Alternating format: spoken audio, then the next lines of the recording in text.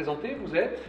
Donc je suis le commandant Jean-Christophe Julien du service départemental d'incendie de secours des Alpes-de-Provence 04.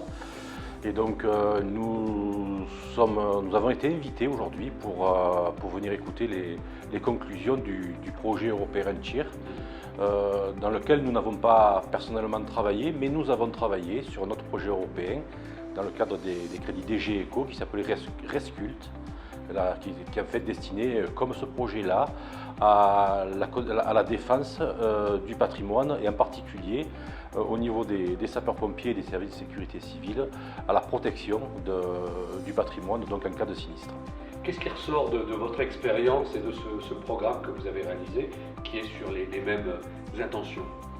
Il en ressort que la notion de patrimoine est très importante. On l'a vu d'ailleurs malheureusement avec l'incendie de Notre-Dame à Paris, où on ne se rend pas forcément compte qu'il y a des œuvres inestimables et historiques que l'on peut trouver dans différents bâtiments.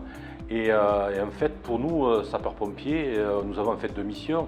Il y a la mission, bien évidemment, de protection des biens des personnes et donc de lutte contre l'incendie, mais également, en même temps et de manière conjointe, donc, à l'évacuation ou la protection du patrimoine pour éviter de perdre tous ces joyaux que nous a transmis l'histoire. Qu'est-ce qui a changé depuis cette expérience-là? Vous êtes sur quel mode maintenant? Vous n'étiez pas avant. L'expérience, vous avez gagné en intervention, en connaissance, en organisation? C'est quoi qui a été le plus désormais? Oui, on a changé tout simplement parce que ces notions-là n'étaient pas forcément intégrées dans nos protocoles d'intervention. Donc on intervenait, donc on venait lutter contre l'incendie ou notre fléau, inondation, mais sans avoir forcément sans doute la connaissance de l'importance du patrimoine et des actions à mener pour le préserver. Et on parle depuis peu de documents d'intervention liés au patrimoine, alors que c'est très important. Et ça commence à intégrer donc l'ensemble des corps de sapeurs-pompiers départementaux avec des méthodologies qui sont totalement différentes, mais qui sont très importantes pour pouvoir intervenir et sauver ce qui doit être sauvé. Donc ça suppose des exercices, ça suppose aussi peut-être l'usage d'outils numériques désormais, c'est ça la tendance pour vous? Tout à fait. Tout d'abord des plans, des visites sur place pour visualiser, pour voir avec les conservateurs et les différents partenaires quelles sont les œuvres qui sont prioritaires, puisque malheureusement on est contraint par le temps et quelquefois il faut faire des choix tactiques et techniques.